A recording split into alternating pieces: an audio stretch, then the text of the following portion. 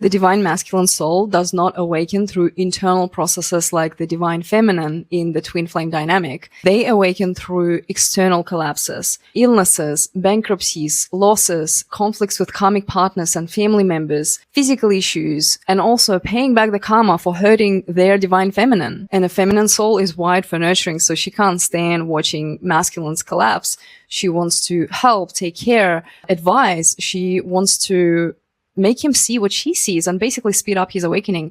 But that just delays the inevitable. When masculine begins his collapse, it shouldn't be meddled with, because the feminine soul at the same time learns boundaries, and masculine basically learns how to be less of an asshole. Especially when his collapse is also meant to collapse the collective greeds of dependency on external validation and all the unhealthy patterns, which is the case for the old souls, because that's exactly why they came here. They came here to encode the greeds of relationships with healthier love. So by staying away during the time of masculine's ego deconstruction, the feminine gives him the ultimate gift, because she's not a mother, she's the empress, and a man has to find his own way back to himself. He has to find a way to heal his inner feminine, to heal his inner masculine. So he has to connect with his emotions and his body to create the discipline and boundaries from logic and strength. He has to learn to trust his emotions instead of overriding them with a distorted logic. And that logic will always be distorted, because when you're disconnected from your body's wisdom, you don't have the whole picture.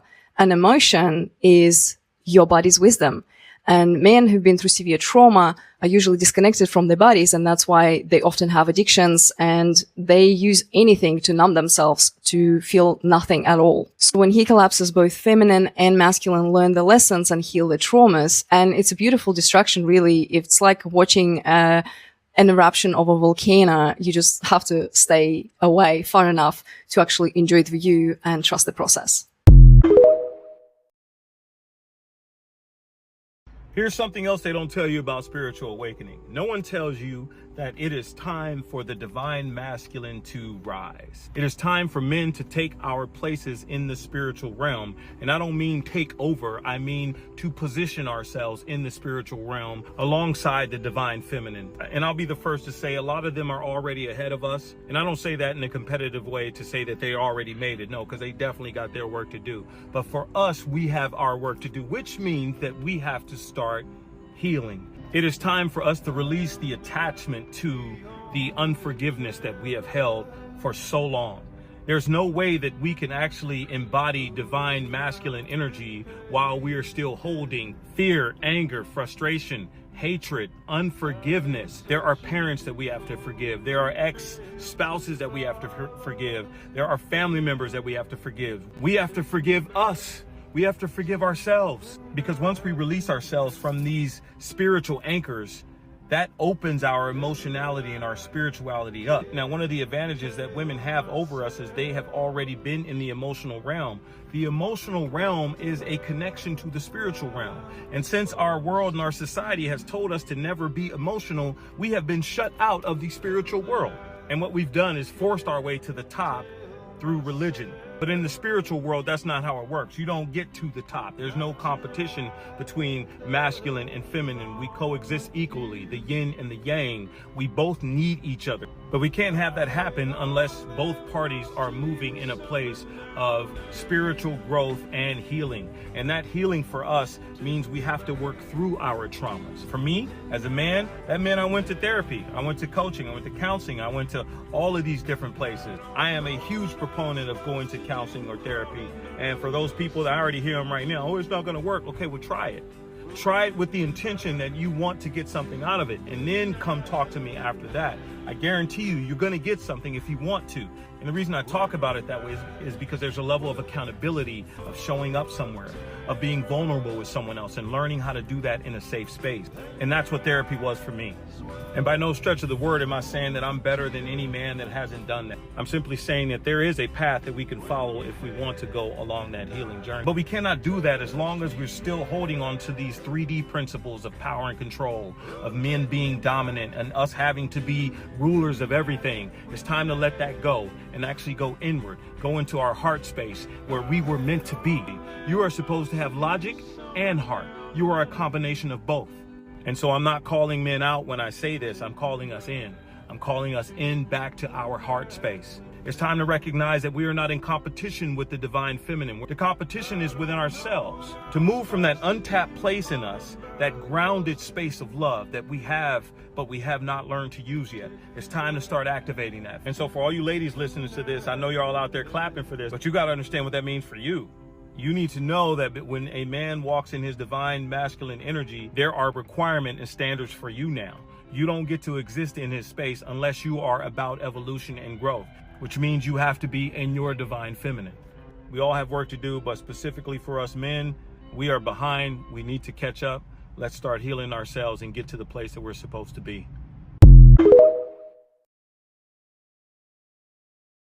I will never change. Never, ever.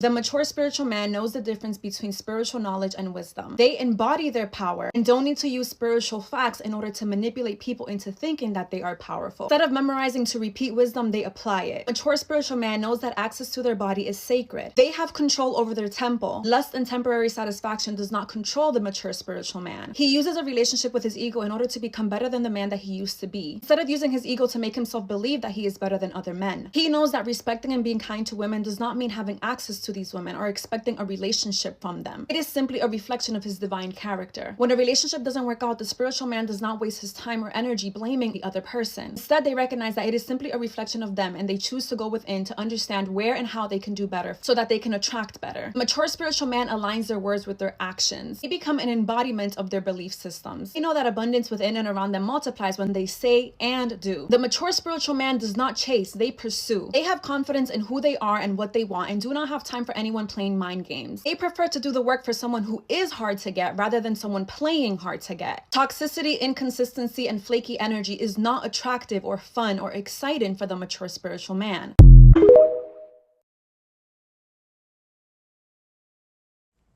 Okay, so listen. I was sitting here doing a little research and I was like, what happens when a man meets his divine counterpart and he fails the test? Or he passes the test. Nobody talks about what really happens when a man meets his divine counterpart and he doesn't rise to meet her. So let's talk about it. When a man meets a divine counterpart, kingdom spouse, or a true soulmate, it's not just romance, it's a spiritual initiation. She activates his timelines, not intentionally, but by design. And when that meeting happens, the spiritual realm asks him one question: will you grow or will you protect your comfort zone? The test usually shows up as 1, emotional availability, 2, accountability, consistency, leadership, integrity, willingness to actually heal their patterns. They're not asking for perfection, they're asking for participation. If he passes the test, he levels up, his timeline accelerate, his provision, his money, his finances increase, his identity matures, and the union stabilize. Even if the union takes time, he's still moving forward. So it's not about whether he coming in and rushing do it, as long as he's doing it. If he fails the test, this is the part where people avoid. He doesn't lose her because she's cruel. He loses access because his nervous system can't sustain the actual upgraded timeline. So he stays in an old timeline. He repeats old relationship cycles. He feels regret later. He may try to circle back without having to change. The same man, same pattern, but the woman is different now because the woman actually gets the upgrade. Why some counterparts don't come in the union? Because not every counterpart meeting is meant for marriage. They're not covenant relationships. Some are your catalysts, mirrors, and timeline checkpoints. Exit ramps from old identity. Union requires mutual readiness, not just recognition. Love alone is not enough, and capacity really matters. A divine woman doesn't chase a man into her future. She reveals it and then she lets him decide. If he rises, he joins you.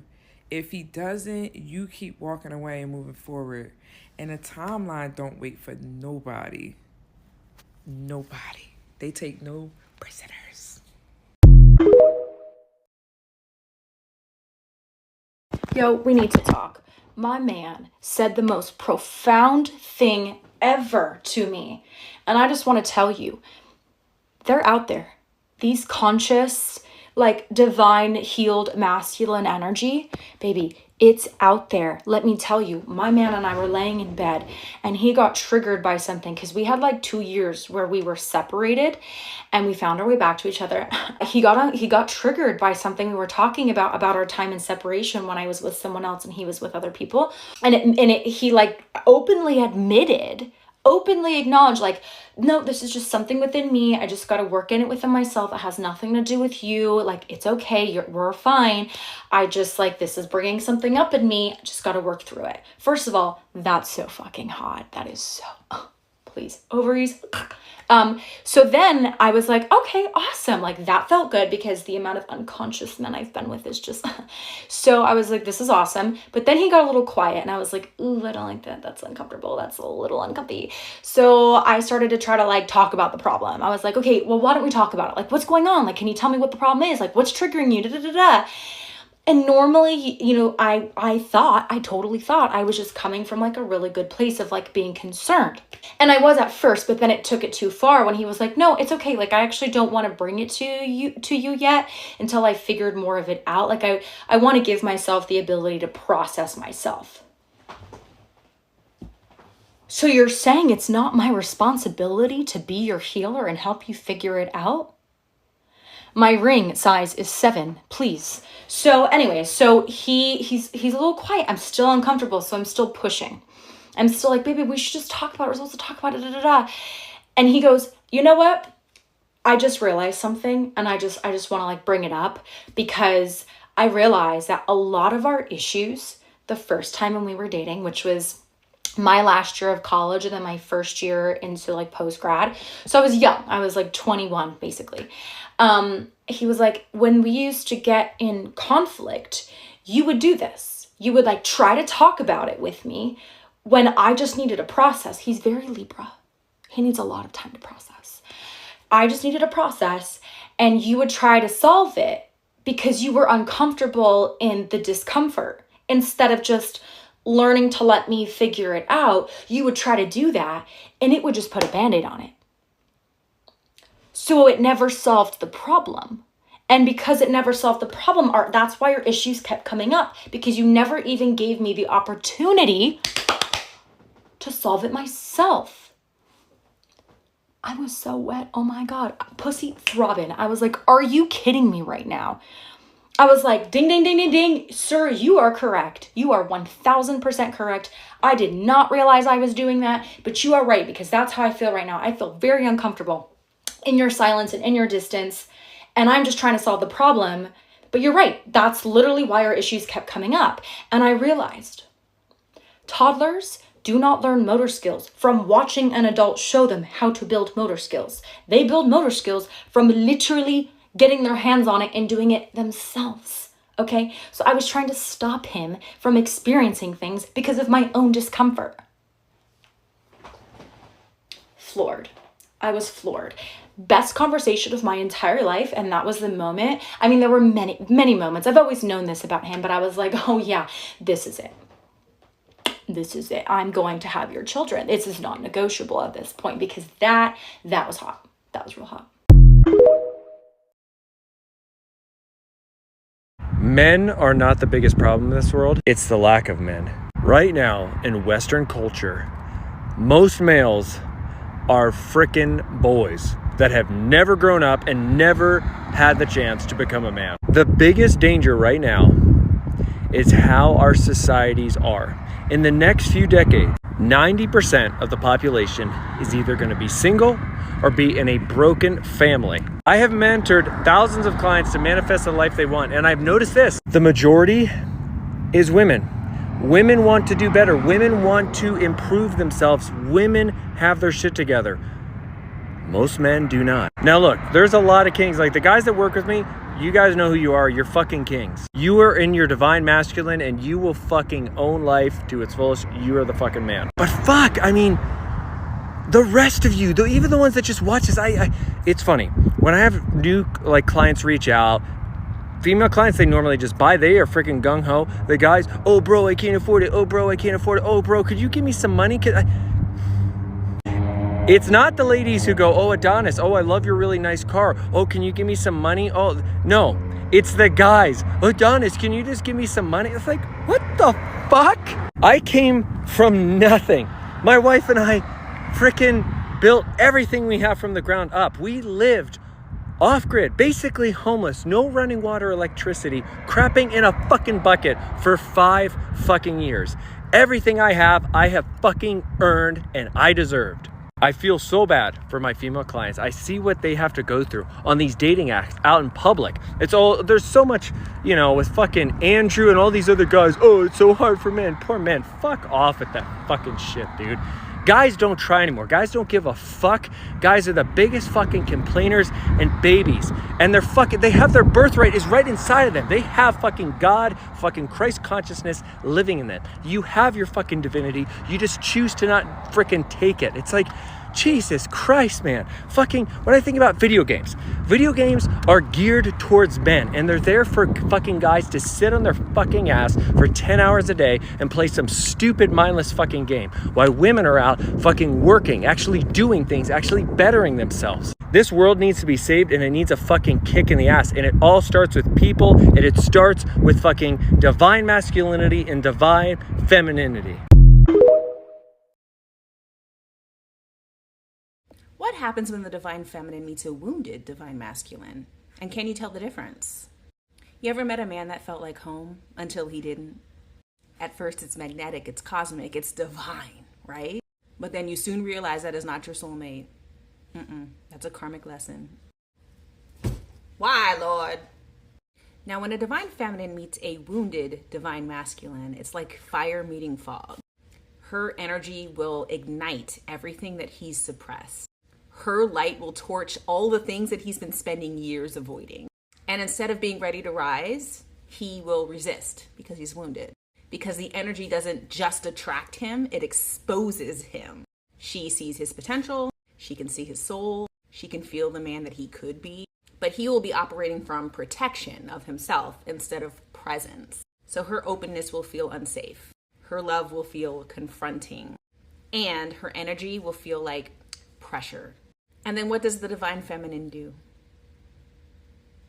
Right, she tries to heal him. She overextends, overexplains, overgives, hoping that he will awaken. Wake up!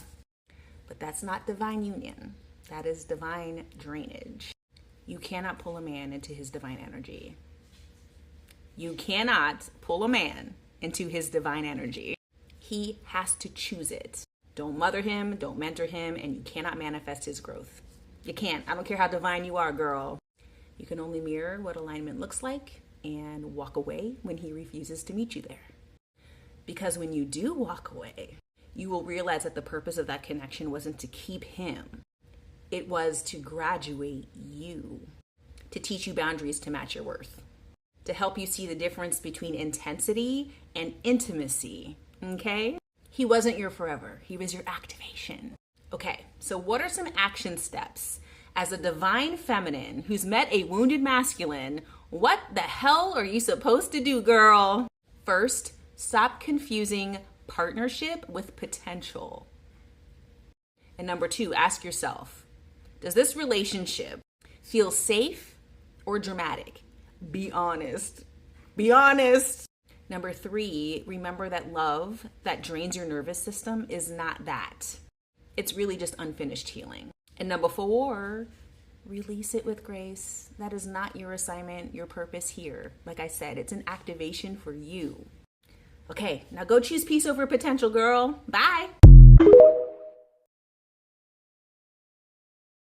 The divine feminine will always hold the divine masculine to the standards of his true potential. This is why it often feels like for the masculine that she's expecting a lot from him and trying to change him. An awakened woman will always treat you as your most awakened, empowered, and authentic self.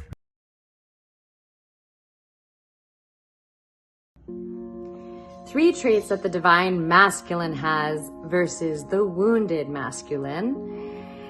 The divine masculine comes from a place of embodiment, deep connection with self, which then turns into presence for the divine feminine. Ooh, that is sexy. Number 2 is the divine masculine is in touch and in experience and expression of his emotions. So that wonderful world of that emotional body, the divine masculine is in connection to that, expression of that, instead of holding all the shit down until he explodes like the wounded masculine. And number 3, the divine masculine is a foundation for holding space, so a foundation, a container, a place to come to for the divine feminine, for the world. So then that masculine, that divine masculine can do his powerful work in the world. Versus the wounded masculine, maybe being in a little bit of entitlement or expectations, expects shit, versus being the foundation for, the container for that to come to him.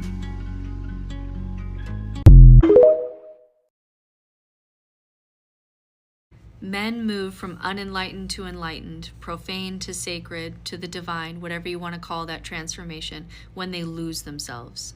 This is why psychedelics, where you lose your sense of ego, tends to be very healthy for men. Messages on being empathetic and compassionate and forgiveness and losing yourself, very healthy for men. But women get to that place from the other side of the spectrum.